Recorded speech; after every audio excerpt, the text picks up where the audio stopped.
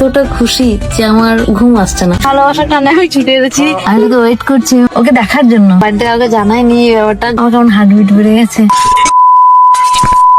আজ কেন জানি না আমার সারা রাত ঘুম আসছে না। এখন বাজছে 2:25, দিন 2:25 না, রাত 2:25। আমি এতটা খুশি যে আমার ঘুম আসছে না, শুধু ভাবছি কখন সকাল হয়। সারা রাত জেগে শুধু বসে আছি। এরকম কেন হচ্ছে জানি না। ফাইনালি কালকে আমার তার সঙ্গে দেখা হবে। ব্যাপারটা হচ্ছে আমি কখনো ভাবিনি আমার জীবনেও এরকম একটা দিন আসবে। হঠাৎ করেই ঠিক হলো যে কাল আমি ওর সঙ্গে দেখা করতে যাব। আর শুধু দেখাই না, ওকে আমার সঙ্গে আমার বাড়িতেও নিয়ে আসবো। যাই হোক, এখন ঘড়ির কাঁটাতে 4:30 বেজে গেছে। যেহেতু সেহরি করার সময় অনেক আগেই হয়ে গেছে, তাই দাদি আব্বু সবাই সেহরি করছে, আর আমি শুধু বাইরে বেরিয়ে দেখছি যে কখন সকাল হয়। রাতটা মনে হচ্ছে শেষই হচ্ছে না। আমি আর ওয়েট করতেই পারছি না, খালি কখন ওকে আমি দেখবো। আসলে কি বলতো, আমি না ভোরের দিকে কিছু খেতে পারি না। মানে ভোরের বেলায় চা বা ভাত খেতে আমার কেমন একটা লাগে। তাই আমি একটা খেজুর খেয়েই সেহরি করে নিই, এতেই আমার পেট ভরে যায়। মসজিদে ডাকছিল সেহরি খাওয়ার আর মাত্র 10 মিনিট সময় আছে। সেহরি করে চলে এসেছি, মসজিদে হাঁটছে আর মাত্র 10 মিনিট সময় আছে। অবশ্য আমাদের সব খাওয়া দাওয়া হয়ে গেছে। তারপর ফজরের নামাজ পড়ে আমি শুধু অপেক্ষা করছিলাম কখন সকাল হবে। তারপর অনেক অপেক্ষা করার পর ফাইনালি সকাল হয়ে যায়। তাই আমি তাড়াতাড়ি করে গোসল করে আমার ভাইকে কোন রকম জোর করে আমি নিয়ে যাচ্ছি আমার বাড়ি থেকে প্রায় 90 কিলোমিটার দূরে।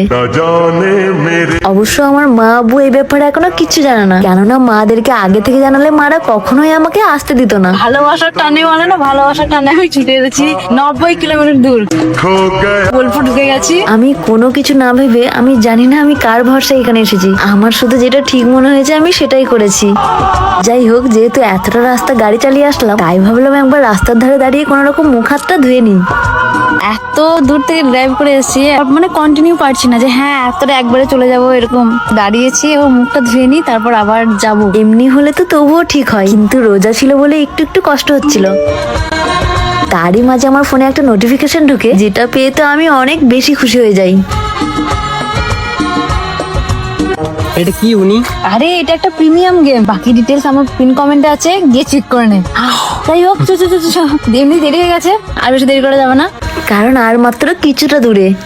এতটা এক্সাইটেড আছি বলে বোঝাতে পারবো না। আর মাত্র কিছুক্ষণ পরে আমি তাকে দেখতে পাবো। এটা আমার কেমন জানি স্বপ্নের মতো লাগছে। ফাইনালি পুরো 90 কিলোমিটার জার্নি করার পর আহমেদপুর স্টেশনে আমরা চলে এসেছি। আমি তো ওয়েট করছি ওকে দেখার জন্য। আমার কেমন হার্টবিট বেড়ে গেছে। তারপর এত অপেক্ষার পর ফাইনালি আমি তাকে পেয়ে যাই। মানে বললে বিশ্বাস করবে না, আমি কবে থেকে ভেবে আসছি ওর সঙ্গে আমার ঠিক কবে দেখা হবে। আজ ফাইনালি। আশা করছি তোমরা আমার কথার কোনো মাথা মুন্ড পাচ্ছ না। ব্যাপারটা হলো এই যে ইনি হলেন আমাদের নতুন বাড়ির সদস্য। এবার বাড়িতে কাউকে কিছু না জানিয়ে ওকে এইভাবে অ্যাডপ্ট করার কারণ হলো ওকে দেখার মতো কেউ নেই। আসলে ও তো কানে শুনতে পায় না, মানে ওর কানে হয়তো কিছু একটা সমস্যা হয়েছে, যার কারণে ও ঠিক মতো শুনতে পায় না বলে কিছু বুঝতেও পারে না। তাই ওকে সেরকম কেউ অ্যাডপ্ট করতে চাইছিল না আর কি। কিন্তু যখন আমি শুনলাম যে ও কানে শুনতে পায় না, তখন আমি আর কোনো কিছু না ভেবে, এমনকি বাড়িতে কাউকে কিছু না জানিয়ে এত দূর একটা অজানা জায়গায় ওর জন্য চলে এসেছি।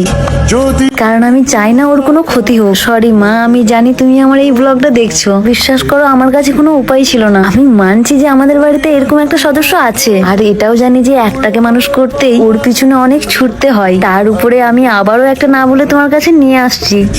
বাড়িতে কাউকে জানাইনি ব্যাপারটা। বাড়িতে যাই, মায়ের রিয়াকশনটা খালি দেখবো কেমন থাকে। আমার মনে হয় বাড়িতে বের করে দেবে। আমি জানি এখন আমি মায়ের কাছে অনেক খারাপ হয়ে যাব, এমনকি অনেক বকাবকিও খাবো, কিন্তু হাজার হলেও আমি তো মায়ের মেয়ে। আমার উপর না হয় 1 দিন কি 2 দিন বা খুব জোর হলে 1 সপ্তাহ একটুখানি রেগে থাকবে আর কি। তারপর আমি জানি সব ঠিক হয়ে যাবে। এত কিউট একটা বাচ্চাকে দেখে কেই বা রাগ করে থাকতে পারে বলো? আচ্ছা তোমাদের কি মনে হয়, ওকে অ্যাডপ্ট করে কি আমি কিছু ভুল করেছি?